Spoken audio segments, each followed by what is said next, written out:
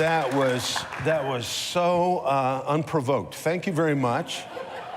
It's great to be here at February's version of Mesa Morning Live. Give yourselves a round of applause for being up on a beautiful day. Thanks for being here, and wow, what a great day in Mesa, Arizona. And also thanks to Channel 11 for broadcasting this to the fine people of the Mesa area. If you're watching at home and you'd like to be a part of this, come back next month. We're doing this the second Friday of every month. So let's, well, first of all, I'd like to, oh, hey, here we go. That startled me to see someone approaching. Okay. That is good service from the Village Inn. How was breakfast from the Village Inn? That is good. That is home of the bottomless coffee cup. So thanks, Amanda. Village Inn provided the breakfast today. We'd like to thank Crescent Crown Distributing for this great place to hold our meetings. Thanks, Crescent Crown. What a great business here in Mesa. Yeah. We'd like to thank all of our behind-the-scenes sponsors, including Alpha Graphics, Gateway Bank, East Valley Tribune, Yvonne Martinez Photography. That's Yvonne running around with the camera there. He's a staple of the Mesa business community. Cobblestone Auto Spa and Crescent Crown once again for providing this great venue. Breakfast for Village Inn. I did not have any breakfast. How was it? Was it good, Dave? All right, Dave's my go-to guy. So if Dave thinks it's good, it's good. We'd like to talk a little bit about the bags. Hopefully you receive on your way out. You can pick up a bag. It's full of all kinds of goodies from folks here advertising their business in Mesa. We've got a couple of special bags, have randomly received tickets for a luncheon for the Arizona Interfaith Movement. So pick up a bag on your way out and you might win a luncheon ticket. And we'll hear more about that in a little while. And if you'd like to have your bag or your business represented in the bag, talk to Sally, everybody's favorite bag lady. Or anybody back at the desk. I don't even know what that meant, but somehow it seemed right. Hey, hold it down, front row. Dave, we got a show going on. You put your head down and think about how you're acting.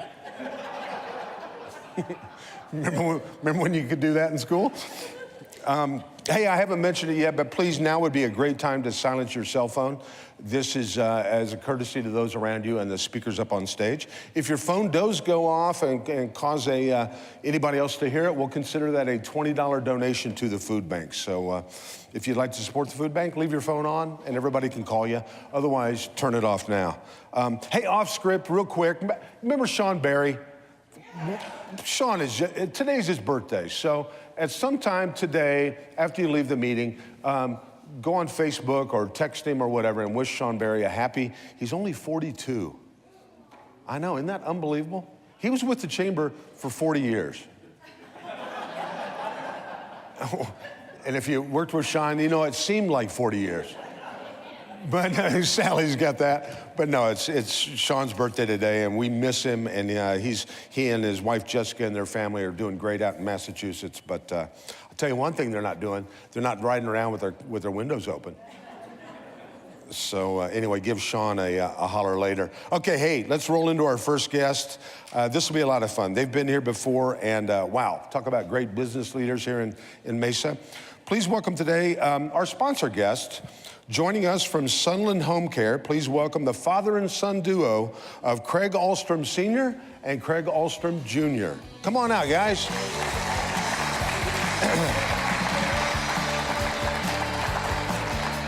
Good to see you, Craig. Good to see you, Mark. Hey, Craig, Mark. Good to be here. Good to have you here. Thanks. Let's just sit down and let's just get this out of the way first. Which one is senior? Not a good start. Yeah. Well, it's kind of a compliment to you. And then I realized that Junior's probably not happy with that. That's all right. Thanks for wearing different colored ties, though, so we could help differentiate you two. We tried to coordinate. It looks like a political debate here, doesn't it? That's later. That's over lunch today. Good-looking guys in the power of red and blue tie. But anyway, welcome back to Mesa Morning Live. Tell us what's going on give us a history of your business, your family business. You know, our family business is Farnsworth Companies. This is actually our 60th anniversary this year. We began our first retirement community, Dreamland Villa, in 1958 and 59. And so since that time, we've developed Dreamland Villa, Sunland Village, Sunland Village East, and Sunland Springs, built about 12,000 homes here in the East Valley, all in Mesa, basically. So from that, we have branched out into some other businesses, and kind of an extension of the active adult that we have done all these years. We felt like assisted living would be something that our residents would be able to transition to. And so that's what Craig Jr. is involved with. So maybe I'll let him talk a little bit about what the assisted living and what we're doing with the summit. Yeah, so we opened the summit at Sunland Springs in January of 2013 now. Your birthday. My birthday, yeah. It was a while ago. So I think that makes it 5 years, right? That we've been in business with our memory care. So memory care, if you're involved or understand anything about assisted living currently, and there's a lot of them around town, and there's only being more developed currently. Memory care is a specialized form of assisted living where we provide assistance, specialized assistance to those that have one of the various forms of dementia. And so it's a unique design development. We do some unique programming and work with some special partners that can help us with all the complexities that come with dementia. We recently, last year, opened an extension of the community, which is for general assisted living services. So we added on 108 new apartments, and this community is out on Signal Butte between Baseline and Guadalupe. So if any of you are out in the Southeast Valley, love to have you stop in. Call me anytime. Come use our conference rooms. We'll give you a tour. Just love to open our doors and let you see what we've done. We really wanted to give people a local option to choose from. There's a lot of out-of-state development companies, out-of-state people that are coming into Phoenix because everybody's getting older and it's a quick way to get rich, they think. And assisted living is a very difficult, tricky business to get right for those that understand how it works. So we're happy to be a local option, and we've been in the Valley forever. And like I said, please stop by. We'll give you a tour, show you around. We'd be happy to host you. That's cool. I know a couple of years ago I was out there for an event you had. It was like an anniversary party. Right. And it's a great idea because people have moved into the homes and they love the area. They've established roots in the neighborhood, so to speak. Then all of a sudden that home gets too large for them, or for some reason or another they want to scale down. Now they don't have to leave and go to another part of the valley. They can literally go across the street. Right. And so as an extension of that also, just within the last 2 years, we started another division. It's called Sunland Home Care. And Sunland Home Care is in-home assisted living. So those family members or those that want to stay in their home a little bit longer before they really need to go to an assisted living community, they can stay in their home. We'll come in, sit with them, laundry, take them shopping, do whatever needs to be, 1 hour, 4 hours, 24/7. So they can stay in their home, and then at such point that they just can't be there anymore, they have the option of transitioning to assisted living or into memory care. So, you know, people can stay within 5 minutes of where they've lived for the last 20 years. They can stay right there and keep their social network, keep their friends, and have opportunities just to age in place, which is what I think all of us would prefer to do as we move along to where I am now. You really let yourself go, Craig. You guys do a great job. And like you said, 60 years of business. It's nice to know you're going to be there for another 60 years. And I was just thinking when you were talking about that, so that means somebody that was young 60 years ago and maybe went and visited grandma's house now is living in that same neighborhood and can transition through the different phases. Very interesting. It's interesting to see some of the kids that brought their parents out are now living in our communities, and just kind of keep it going, and it's real satisfying to see that happen. That's great. It's a great business. Give us a physical address again, I know, or physical area. Basically, Sunland Springs Village, which is our 900-acre, 3,000-home retirement community, Baseline and Signal Butte in Mesa, and the summit is located there in the heart of Sunland Springs Village. So we're right there on Signal Butte. That's awesome. And I know you're I know you're a Diamondbacks fan, so give us, it's almost time for spring training. You bet. Give us a little preview of what you see coming down the pike for the Yeah, D-backs. you know, pitchers and catchers will be in within the next week. Wow, isn't that awesome? We just got to get Boston to mess up a little bit more so that JD Martinez will stick around. Don't know if that's going to happen, but even if he doesn't, the Diamondbacks are going to have a great season. We're going to push the Dodgers out of the West this year and be there at the end. That's my prediction, okay? We all right? Good with that? All right, I like that. Okay. I can see the Dodger fans that are here are not clapping, so we can dismiss them, get them out of here or something. Well, you got to remember where we are. We're here in Cubs land here. There's a lot of Cubs and all the other Oakland A's, all the other spring training. Yeah, you're right. This is an exciting time of the year for the Valley with pitchers and catchers showing up soon. Anybody got a quick question for either Craig Sr. or Jr.? Otherwise, we'll turn them loose. Wow, if you've not been out there, and I'm not just saying this, what a beautiful facility. The whole property is really beautiful out there. How's the golf course? You know what? It's great. I hope to be able to check it out. You know, as part of my job, I have to get out and check the green speed, the stimp meter, and I'll be checking it out later on today. I'll let you know. Well, you know, maybe instead of just telling me about it. Join him. You know, I think I invited you when he comes out to our barbecue. He's been out to entertain at our barbecue. We feed 3,000 residents. It's coming up in March. And the last time he was out, I think I invited you to play and never followed up. So you probably haven't forgot that. Well, no, I'm not as good as you. So I'll work on my game and I'll come out. How would that be? Okay, that'd be great. How about a big round of applause for Craig Sr. and Greg Jr. Thanks, guys. Good to have you. Thanks. Hey, by the way, are you guys going to stick around? If anybody's got any questions, make sure you pop over and talk to them. You really do owe it to yourself and any family members that might be looking for a way to transition into a cool place to live. Go check them out there. It's beautiful. Hey, now it's time for our mystery guest. Join me in welcoming our next guest to the stage to share some exciting news about how your business can get involved with our first responders in a great way. Joining me now from the Mesa Fire and Medical Department, our Department Chief, Mary Camelli, and Deputy Chief, Forrest Smith. Mary and Forrest.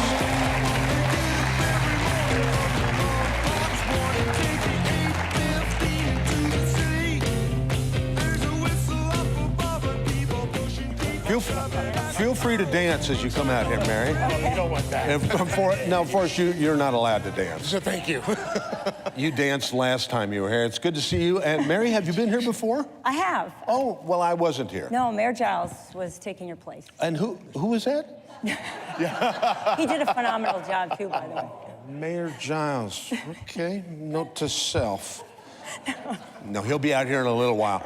When I can't be here, for those of you that don't know, my regular fill-in is Mayor Giles, and then we're petitioning the city to see if when he can't show up at work, if I could be the mayor. You won't believe the laws I will pass, people. You give me 24 hours in that chair, you're gonna love it. We are gonna build a wall between here and Chandler. And here's the best part, Tempe's gonna pay for it. So I'm working on that. Okay, anyway, tell us what's going on with the fire department. Okay, a lot of things are going on, Mark. A lot of things in the fire department, but our most recent addition to what we're doing is we're working on a community-based sponsorship with safety messages and educating the community. How this really stemmed was through mayor and council and city management, really encouraging us to be innovative, have partnerships, and be collaborative. And in doing that, we are reaching out to the businesses to kind of come up with a safety message to educate the community. Well, I'll have Forrest give you the details. He runs the program, and he's doing a phenomenal job at that, and I'll have Forrest give you the details of the program. Great. What's going on, Forrest? Okay, well, like Chief Camelli said, we had this opportunity to be creative in how we can create revenue streams. And through the Office of Budget Manager, our Management and Budget, as well as the City Manager's Office, that challenge came, particularly looking in the beginning where we were saying, okay, we have some budget cuts going on, but the real challenge came in saying, okay, how can we move funds to make sure that our core services are still being taken care of? But then how do we manage some of the other programs that we have through the education side? So this opportunity came up where we said, okay, I happen to have a background in marketing and advertising and such, and so the chief allowed me to use some of those, that skill set to look at how do we then bring private sector into being invested into putting these messages out. So the creative way of doing this, of course, was to say, okay, we've got this, these huge trucks out there where part of our social contract really is education. And it's not the first time where you've seen fire departments put safety messages on truck, and it's also not the first time you've seen a business on it, but to bring the two together and create a program where now you have a collaborative effort between the private sector and between your fire department to then educate and create a more well-informed community on safety, health, and fire safety messages. This was a really beautiful opportunity. As a matter of fact, we just got our first sponsor. The Chamber of Commerce actually was our model in the beginning, and at the end of the show, you'll have a truck out there, and you will see Engine 203 that has a logo where we were spreading information about the flu. No pun intended. So getting information about the flu, but then we have a sponsor came on, Arizona Chimney and Fire Air Ducts came on, and we've got a few other companies lined up to be able to get this information out. Okay, so I think what I heard you say is a business can sponsor a truck with a safety message, Right. promote their business. It's like a moving billboard. And actually, it's a great billboard because when it's going down the street, everybody's getting out of the way to watch.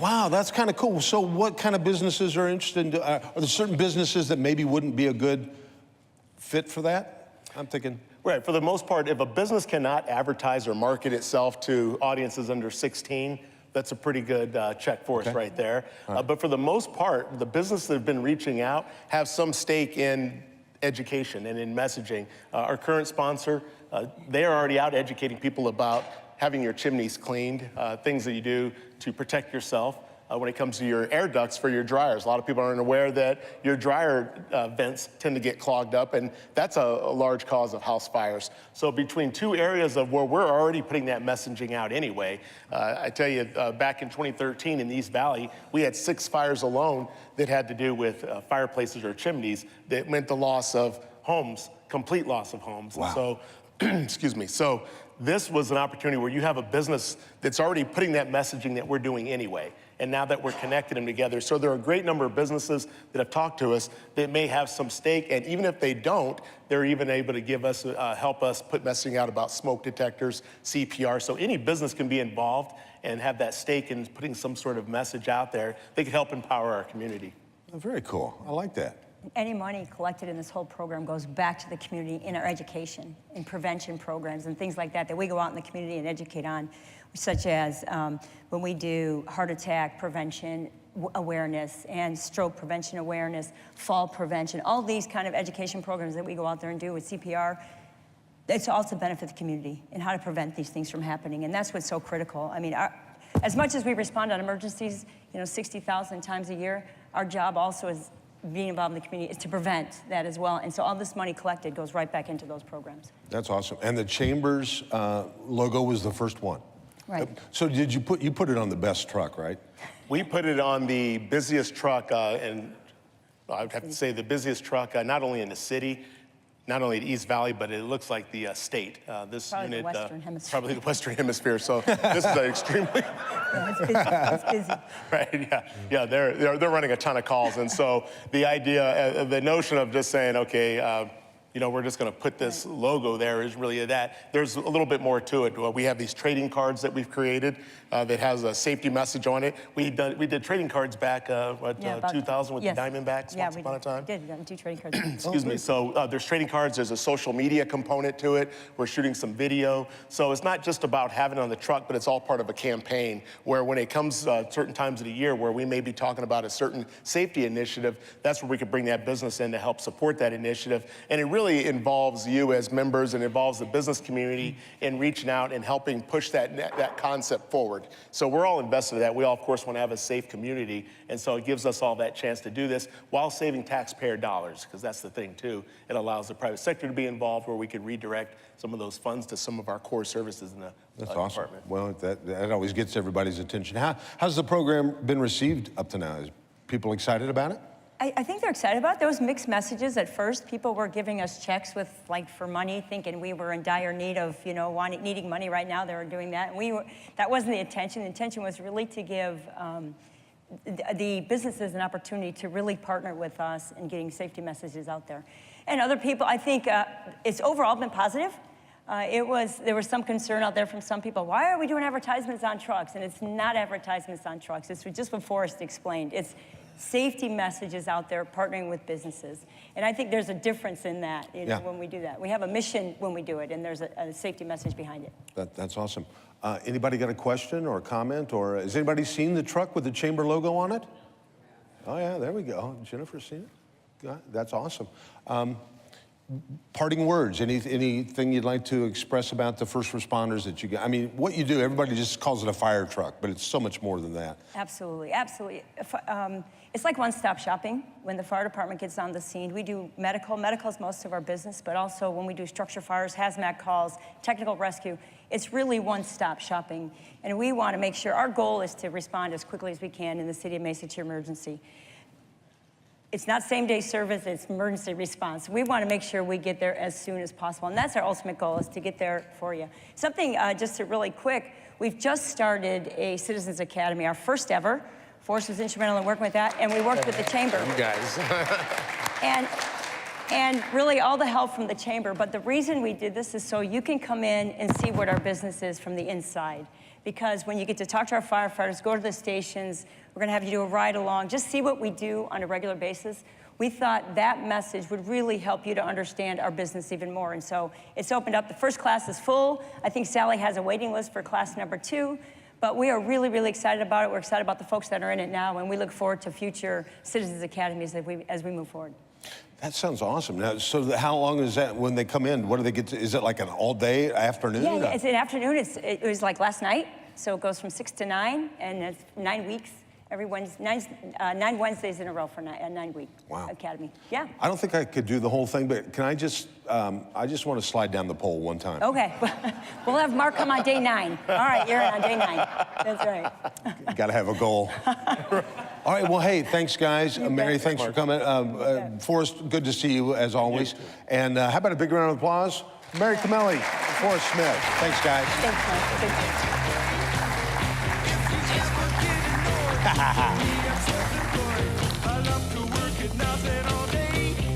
What a catchy little tune. That's kind of a new song, and that's been out like 1968 or something like that. Our next segment is sponsored by Gateway Bank. They have been working successfully for more than 10 years to earn the opportunity to do business with you. Please welcome to the stage, representing the upcoming Golden Rule Awards Banquet on April 12th at the Mesa Convention Center, none other than the aforementioned Mayor of Mesa, Arizona. Please welcome Mr. John Giles. Good to have you here, sir. Good to be back. Good to have you back. It's great to be here. Well, it's good to be here, and it's good to see you on that side of the desk. Yeah. Well, thanks for coming to work today. You know, we know you're a busy guy. Well, I always try and be here, but sometimes, you know, I got big things happening. Sure. Yeah, I get it. It's good to see you, and you're moving good. Last time I saw you, you had a little problem with your wheel. Well, yeah, don't get old. I tore an Achilles a while back, so I'm still limping a little bit, but I'm doing good. Well, that's awesome. Welcome, and tell us about what you're working with. Thanks. I am here having nothing to do with being the mayor of Mesa. I have been very honored and privileged over the last almost 14 years to be a member of the Arizona Interfaith Movement. And there's a great event coming up. I'm happy that we can host it here in Mesa, called the Golden Rule Banquet. I've been going to these since 2003. This is literally the best event of the year that I normally attend. The Arizona Interfaith Movement is a great organization. It's been around since 1995, brought together by some great folks who wanted to build bridges between the various faith communities in not just our city, but throughout the state. And to celebrate the idea, one of the unifying theologies, if you see in all religions, is the golden rule. This concept that we need to respect other people and that we want to be treated the same way that we want to treat other people. So around that theme, they have this banquet every year, and they give out a small number of awards to really amazing people that exemplify the golden rule. Over the past years, there's been some wonderful recipients: Kirk Warner, Larry Fitzgerald, people, household names, people that are celebrities, but that's not why they get the award. It's because they use their celebrity and their passion as a vehicle to serve other people and to exemplify the golden rule. So this year on the 12th of April, again, we're going to have this banquet in Mesa. There's some wonderful awardees. Muhammad Ali will be receiving the award posthumously, obviously. But other great awardees, Pastor Magdalena Schwartz is in the audience today. She's a great example of the golden rule. She pastors a Spanish-speaking congregation in town, but she has a passion for bridging the gap between the law enforcement community and the Spanish-speaking immigrant community. There's really, you can't think of a more important issue in our community. We have a lot of folks in our city that fall into that category, and they make great crime victims. And we need to work hard to improve the relationship between police and that segment of our society. So she's a great example of the type of people that will be honored at the Golden Rule Banquet on the 14th of April. 14th of April, I'm looking at the board here. And now, can anybody attend the banquet? Absolutely. 12th. Oh, I'm sorry, excuse me, the 12th of April, Thursday, the 12th of April. If it's successful, they're going to do it again on the 14th. Yeah, that would be great. I'm trying to cover for you. Thank you. Yes, anyone can come. But now we normally reach the capacity of the convention center. About 800 to 1,000 people come. But that's partly because we've been doing this for the last 10 or 14 years. And when you go to one of these, you're going to want to put it on your calendar every year because it's a very inspiring, uplifting event. You go and you walk away feeling better about being a human being than when the day started. That's awesome. Now, I know I've been told you're going to give away a couple of passes. Yes, absolutely. We have a couple of tickets that we will be giving away today. And so if you're not one of the lucky people that gets a free ticket today, then please go online to the Arizona Interfaith Movement or come on the 12th and we'll squeeze you into the event. Cool. I think we're going to do this with a drawing. I'm going to let you draw. Oh, okay, great. Because I don't want to be responsible for everybody that came in here and dropped a card in. So reach in and pull out Thank you. however many you want to give away. All right. I think we're giving away a couple. Okay. To John Parrish. Wow. Hey. There's John. John's got a... Thank you. Perfect. Put that back in. Now, John can win again now. We'll get that to you afterwards. Now, John won the free tickets, but you can all win by going and supporting a great cause. And ultimately, the winners are just all the people that benefit from the Golden Rule Banquet. Absolutely. The banquet is something I promise if you go, you'll feel good about going, and you'll go every year. But also being more, if you want to just be involved in the Arizona Interfaith Movement as a member as well, your congregation or individually, it's a great organization to be a part of year-round. There's events like this that bring people from different faith traditions together to kind of celebrate what we have in common. That's awesome. Well, thanks for supporting that, and thanks for being a great mayor. You're doing a super good job. Thank you. You're kind. Ladies and gentlemen, big round of applause, Mr. Mayor John Giles. Thank you very much. Thanks, John. Good seeing you.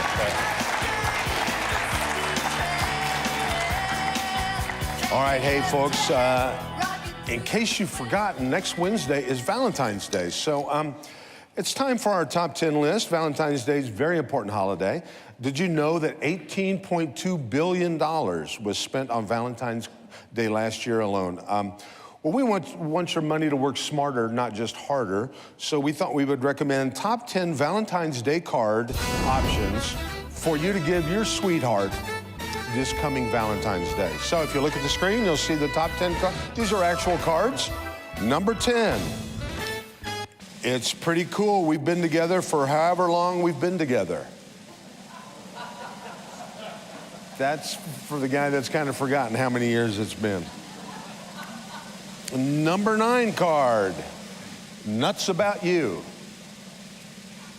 Furnish your own punchline there, folks. Number 8. You're the best thing in my life, besides wine? I thought that was Sally clapping. Throw her under the bus at every opportunity. Number 7. I don't know if you can see that. There's the you, the me, and then where they intersect is bow, chicka, wow, wow. I don't even know what that means. Number 6 card. You've caged my heart. With everybody's idea of romance, Nicolas Cage. Number 5. I love you so much, I almost considered going to the grocery store without complaining. Number 4, looks like the browser code, you, and then you auto-complete me. I have no idea how that made the list. That was funny to Bob, and that's really all that matters. When Bob is the arbiter of humor, that's what happens. Number 3, us. Because everyone else sucks. That's pretty good, actually. Some of you are wondering where to get these cards. Number 2, this is romantic. If there was a zombie apocalypse, I would kill you last. And the number 1 alternative Valentine's Day card, there is nobody else I'd rather lie in bed and look at my phone next to. Happy Valentine's Day.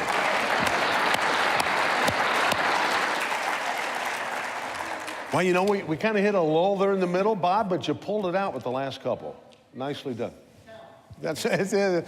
We want to build it. We want to build peaks and valleys is the key to a top 10. Hey, it's time for our featured guest. We're excited to have this gentleman. He was here once before, and I wasn't. Mayor Giles was here, so I just met him before the show. You may remember a couple of months ago, there was a groundbreaking announcement that involved Phoenix Mesa Gateway Airport called Skybridge. Here to talk about that news and how it will fundamentally impact commerce in the Southwest, please join me in welcoming our featured guest, the CEO of the Phoenix Mesa Gateway Airport Authority, Mr. Brian O'Neill. Brian, come on up.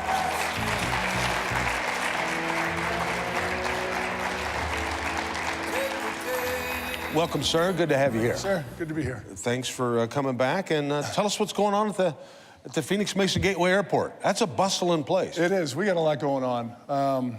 And before I talk about Skybridge, which is really exciting, I just want to talk a little bit about air service development. As you all know, we've got Allegiant and WestJet that serve the airport. We've got 46 nonstop destinations. Allegiant just added 8 new destinations in October, November. And my crystal ball is broken, but I can guarantee you that by this summer, you will have several new announcements, which is very exciting. WestJet serves Calgary and Edmonton, and they came back 3 months early this year. They're going to be here for the whole 6-month winter season. They've got a 98% load factor on their flights, which is totally unheard of. We are working with them to see if we can get some more nonstop Canadian destinations. There's a lot of synergies between Canada and the East Valley, and we're really going to try and get some more service out of WestJet as well. So pretty exciting on the air service development front.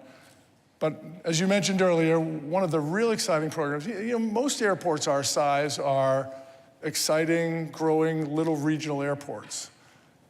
Phoenix Mesa Gateway Airport is unique because we're a large economic development project that has a really cool, thriving, growing airport associated with it. And one of the projects that we've been working on since April of 2016 is a project that came to fruition as Skybridge, Arizona. We started back in April of 2016, holding a global retreat here in Mesa that was called Envision Gateway, where we brought in over 100 airport developers, airport managers, and airport investors to learn more about what's going on in Arizona, what's going on in the greater Phoenix area, and most importantly, what's going on in the dynamic East Valley and at Gateway Airport. From that, we issued a RFQ, request for qualifications, of a development partner that would help us develop 360 acres on the south end of the airport. We've got a lot of interest in the airport, but we don't have a lot of money. So we needed to find a partner that shared our vision, that had deep pockets, and that was willing to make an investment in the East Valley and in Gateway Airport. And through that process, we got 5 qualified submittals, And we narrowed that down to the 2 that really fit what we were looking for to achieve the best. And we went out for an RFP, request for proposals, and really it allowed them to do a real deep dive into here's what we're willing to invest, here's our vision, and here's how we're gonna make it come to fruition. Well, we selected a company called Mesa Skybridge LLC, which is a bilateral company where you've got 2 major companies in Mexico. You've got Seguritech, Grupo Seguritech, and you've got Sky Plus. And then on the US side, you've got a couple of major development companies that are participating as well. Their proposal came forward and they said, listen, we've got an idea that has never been done before, but we really think that if we're able to pull it off, that it's gonna change the way that the United States and Mexico exchange air cargo. In this current environment, we were a little bit skeptical because I'm not sure that the relationship between Mexico and the United States was at a point where we were going to be able to do that. And boy, were we wrong. Mesa Skybridge worked with both the Mexican government and the US government. They got a new bilateral trade agreement worked out called the Unified Cargo Processing Program. And Mesa, Arizona is the only airport that is currently eligible to participate in this program. Basically what it says is we're gonna put Mexican customs officials in Mesa, Arizona, and they're gonna pre-clear any air cargo that's bound for Mexico. So instead of having to go to Mexico City, one of the 14 airports that has both customs and immigration in Mexico, and waiting for 2 weeks for it to get cleared before it could go on to its final destination, you're gonna be able to come to Gateway Airport. Mexican customs and US customs are gonna work together in joint inspection, and then that product is going to be able to go to any of the 143 airports across Mexico as a domestic product, which is going to take 2.5 weeks off of the delivery process. So think about it. Last year, e-commerce like Amazon and Walmart and Target, e-commerce really started to take off in Mexico. And you couldn't get same-day delivery or next-day delivery. It was, we can get it there between 7 days and 15 days, or, you know, there's certainly a long delivery time. But can you think about how it's gonna change the way that Mexicans deal with e-commerce if you can go online, you can order a product, and Amazon can guarantee you that it'll be 2-day delivery to your house, anywhere in Mexico. Wow. Yeah, it's a game. I mean, when the large e-commerce shippers figure this out and they change their logistic behavior to line up with what's being offered at Mesa Gateway Airport, it's going to change the way that the United States and Mexico exchange air cargo. It's really going to be a phenomenal new service that's going to be available. Wow, and only at Gateway Airport.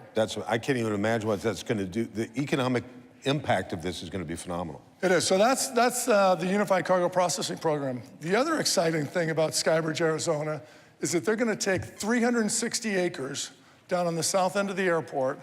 They're currently completing a master plan that needs to be approved by the Phoenix Mesa Gateway Airport Authority. Once that master plan is approved, they're going to invest $25 million of their own money in horizontal infrastructure. They're building a taxiway extension, they're building entrance roadways, they're doing sewer, water, and fiber. I mean, they're gonna put in all the horizontal infrastructure for the entire site. And then, once they start peeling off these development leases, they think that they're gonna be able to bring thousands of new high-paying jobs and between 3 and 5 million square feet of additional building to the East Valley. It's gonna have a huge impact on the East Valley. Wow. Yeah, it's really exciting. You know what else is exciting? Yeah, absolutely.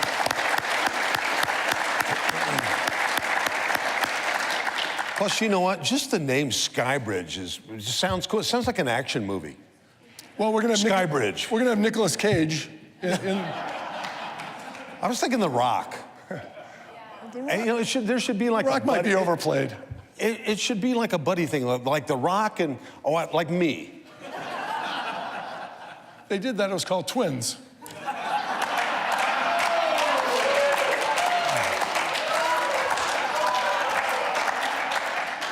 Oh, look at the time. No, I got all day. This guy's harsh. Next time you come back, I want Mayor Giles to be here again. He's one of my bosses. We had a lovely conversation. That's awesome. Well, I know you said your crystal ball is broken, but that's pretty cool to look, and that's pretty immediate. That's not in the distant future. Yeah, just yesterday we had Mexican customs officials. Actually, we had the commissioner of customs in Mexico. We had the commissioner of agriculture in Mexico meeting at Gateway Airport with U.S. Customs and Immigration and USDA. And they've worked out a process where this is actually going to come to fruition pretty quickly. I mean, they're talking about having the Mexican customs officials located and operating out of the airport by the end of March, the beginning of April. Yeah. This March.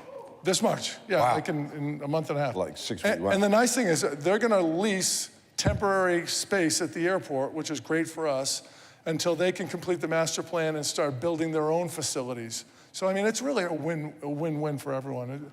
It's really exciting. It's exciting and it's scary because this is such a new program, and people, there's a lot of eyes on this and there's a lot of expectation, and I think they'll exceed the expectation. But along with that is there's a real lot to think about. The community is important to us. We want to keep them aware of what's going on. We've got a great board. We're owned by 6 member communities. We're owned by the City of Mesa and the Town of Gilbert and the City of Phoenix and the City of Apache Junction and the Town of Queen Creek and the Gila River Indian community. We've got to keep them all involved and excited. So, I mean, this is really a joint regional project. It just happens to be a Gateway. That's awesome. Now, we've probably got people here in the audience and those watching at home that would like to see their business transacted through the SkyBridge. What does that look like? What do they have to do? That's a good question. Thank you. As I said, this is so new, we're really still figuring this out. But the way that I envision it is I think initially you're going to have some of the larger certified shippers that are going to be able to bring aircraft into the airport and get that aircraft cleared so that it can go on to wherever it's going in Mexico. In the long run, what I think is going to happen is you're going to have, whether it's trucks or whether it's aircraft, you're going to have operations at the airport where they're going to gather these products from local companies and others that do business in Mexico, and then you're going to see maybe a feeder system of caravan aircraft that are going to leave Gateway and go to several different locations in Mexico every day to ensure that if you're a small business in the Southwest and you need to get this product into Mexico within the next couple days, you'll be able to get it done through Gateway Airport and through the feeder system that they set up. But that's kind of that's the excitement and the nervousness of the unknown. We're still figuring out how it's going to work, and that's what they were talking about yesterday. Is how is this going to work where you've got an aircraft full of goods that are either going to Mexico or coming from Mexico, and how do you ensure the highest level of security, and how do you ensure that that product is going to get to where it needs to go when it needs to get there? That's great. It's all funneled in and out of Mesa. Wow, all coordinated, right? It really is going to change the SkyBridge, Arizona area, 360 acres, into a global logistics hub. Because if it's successful in Mexico, they're looking at other Latin American countries and saying, why can't we recreate this as well and do it with other countries? That's awesome. So is there any land I could buy out there real cheap right around that? I got, I don't like to brag on TV, but I got like $400 or $500. Yeah, well, the one thing that we learned during the process of the Envision Gateway and landing SkyBridge Arizona as a development partner, the one thing we learned is that we have a lot of land. Yeah. So the 360 acres at the south end of the airport is taken, but we have 700 acres on the east side of the airport that just received its environmental clearance from the FAA, and we're now at the point where we're looking at what are the highest and best land uses, what's the initial infrastructure investment that we need to make in order to unlock the site and be able to offer 700 acres for future development. There's no rest for the weary at Gateway Airport. My business development department is, they're going 100 miles an hour, and most people would think, oh, we just got done with Skybridge, Arizona, you know, let's rest and make sure. No, they're all ready to go and ready to unlock the 700 acres and start developing that side as well. You know, that parcel of land that we have runs right between the 202 and the extension of where the 24 is going to go. And so if you put if you put some sort of a connector road between the 202 and the 24 that goes right through our property, I mean, there's going to be a lot of opportunity for aeronautical and non-aeronautical development. You know, in the future, and as demand warrants it, that's where our new passenger terminal is going to go. We're not there yet. We've got capacity in our current terminal. We can't afford a new terminal yet, but there's going to come a time in the near future or in the future where we just can't put any more flights or any more people through the current facility, and we're going to have to build a new facility, and that's going to go over on the east side as well. So we're reserving that area for future public development, but it still leaves a lot of development opportunity for aeronautical and non-aeronautical. I mean, there's 42,000 cars a day that go up and down Ellsworth Road. We need to be making some money off of that. Wow, I am so behind the loop. I never even heard of the 24. Is that happening yet or no? So the 24 comes off the 202, and it goes to Ellsworth Road. Okay. The Arizona Department of Transportation is now going to be taking the 24 past Ellsworth Road out to Ironwood? Out to Ironwood. And that's not like, let's draw a line on the map and that'll happen eventually. That's going to happen now. I mean, they've got the money. That extension is going to happen now. So we want to connect the 202, which is a great highway system. We want to connect that right through our property to the growing 24, which unlocks East Mesa, it unlocks Queen Creek, it unlocks unincorporated Santan, which has like 125,000 people just in unincorporated Santan. We need to connect all those people and then run them right through the airport so that, that we can continue our development as well. Wow, that's awesome. Well, I bet there's, I've got questions. I bet there are people right here. We've got a few minutes. If anybody's got a question, if you'd like to know anything, boy, now's the time. This guy's busy. You just can't call him up and ask him a question. No, I didn't say I was busy. My team is busy. That's the best part about it. I've got an amazing team, I'll tell you. Whether it's operations, whether it's finance, whether it's business development, engineering, I got a great team. Well, why don't you and I join the Allstroms and we'll just play golf all day? I've been to their property. It's really great.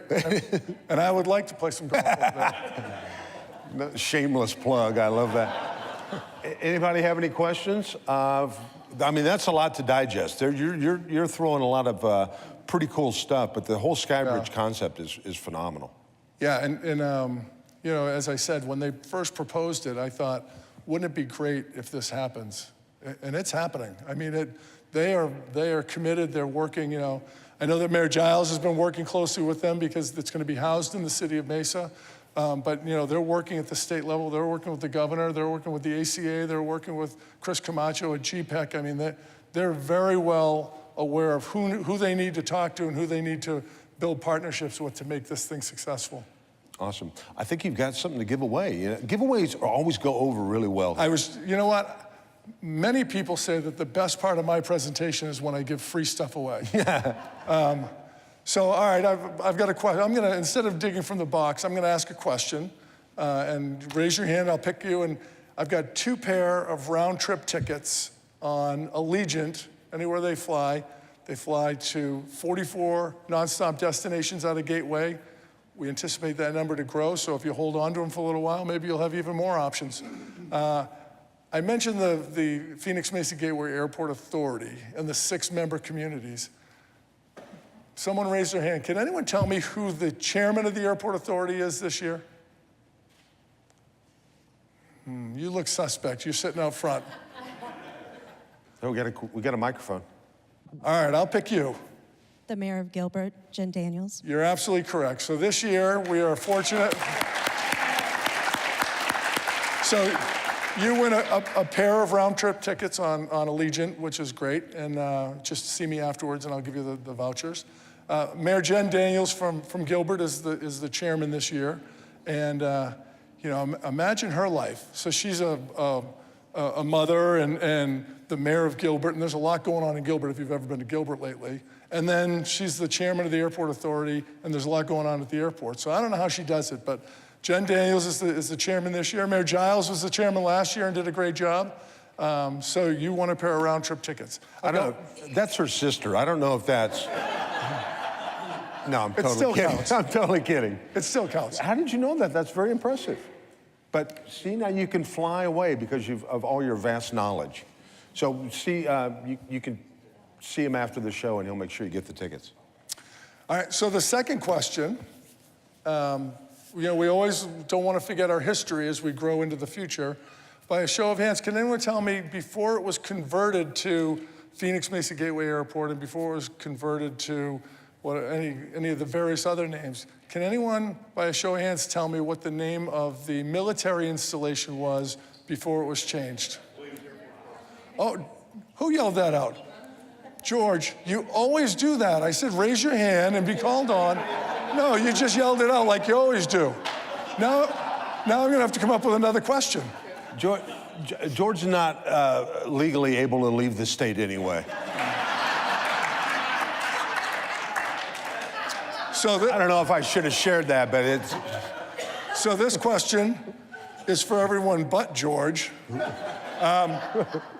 In 2017, how many total passengers flew out of Gateway Airport? Yes, sir. 1.1. No, sorry. We're so much better than that. This front row, I don't know. You sit next to George. I don't even know if that's. Oh. Yes, ma'am. Yes, 1.4 million, and you won a pair of round-trip tickets on Allegiant Airline. I had no idea Google was that fast. That was, no, that was awesome. 1.4 million. Yeah, and ever since WestJet came back and Allegiant added the new nonstop destinations in October and November, October was our busiest year of passenger activity in the history of the airport. We grew by 15% in November, we grew by 9% in December, we grew by 9% in January. So I mean, there's a lot going on. I think that 1.4 is going to continue to grow. But that's not the goal. The goal isn't to just get the biggest you can get. We want to make sure that we provide the air transportation services that the growing East Valley needs. And so that's why, as we look at airline recruitment, I really think, and I know that if anyone has been to a presentation of mine before, I sound like a broken record, but I really think that the next best opportunity for us to evolve as a commercial service airport is for us to get a daily, nonstop flight to an airline hub. So United offering a 1 flight or 2 flights a day to Denver and beyond. There's 168 cities that you can connect to from Denver. Allegiant does a great job, WestJet does a great job, but they're non-daily leisure products. So we're here in the growing East Valley, and we don't get any of those frequent flying business travelers who live and work in the Valley. So I really think that as we continue to aggressively recruit new airlines, we need to get a United to Denver and beyond, or a Delta to Salt Lake and beyond, something where that business traveler can get on the plane in the morning, do his or her business anywhere in the region or in the country, and then come back the next day if they want, instead of kind of shaping your schedule to when Allegiant flies on those non-daily flights. So Allegiant's great, but I really think for those business travelers, we need to get an airline in here offering service to a major hub. I agree. I would be all for that. So, and anytime you got extra tickets, let me know. I fly a lot. Well, so we'll talk. If you knew the answers, you could have won. Well, I didn't say I was smart. I just fly a lot. Hey, now you probably, big shot that you are, you probably fly everywhere you go. Do you drive a car? Oh, yeah. What kind of car do you drive? 2013 Ford Explorer. It's pretty sweet. Is it? Well, is it ever dirty? Yes. Good answer, because not anymore, my friend. One of our favorite chamber members is Cobblestone Auto Spa. We go there all the time. I love that place. Oh, cool. Then you don't need this. That was a payback for the twins thing. You can go on them. You can go to any cobblestone, and they're building like 3 a day. I don't know if you've been out there. It's unbelievable. You drive by an intersection, you kind of blink, and there's a cobblestone there. So We're forced to go there so the kids can get the free popcorn. I love that. Well, there you go. And you've got a $100 detail gift card. Wow. $100. That's So great. spiff it up a little bit. Clean up your ride, man. Get your whip looking good. That's how the kids talk. I know. So thanks so much for coming. Thanks for come back often and fill us in, because this is growing a lot. We're Yeah, gonna thanks. need. I appreciate the opportunity to come here. Thanks. We're going to need updates. A big round of applause, Mr. Brian O'Neill. Great job.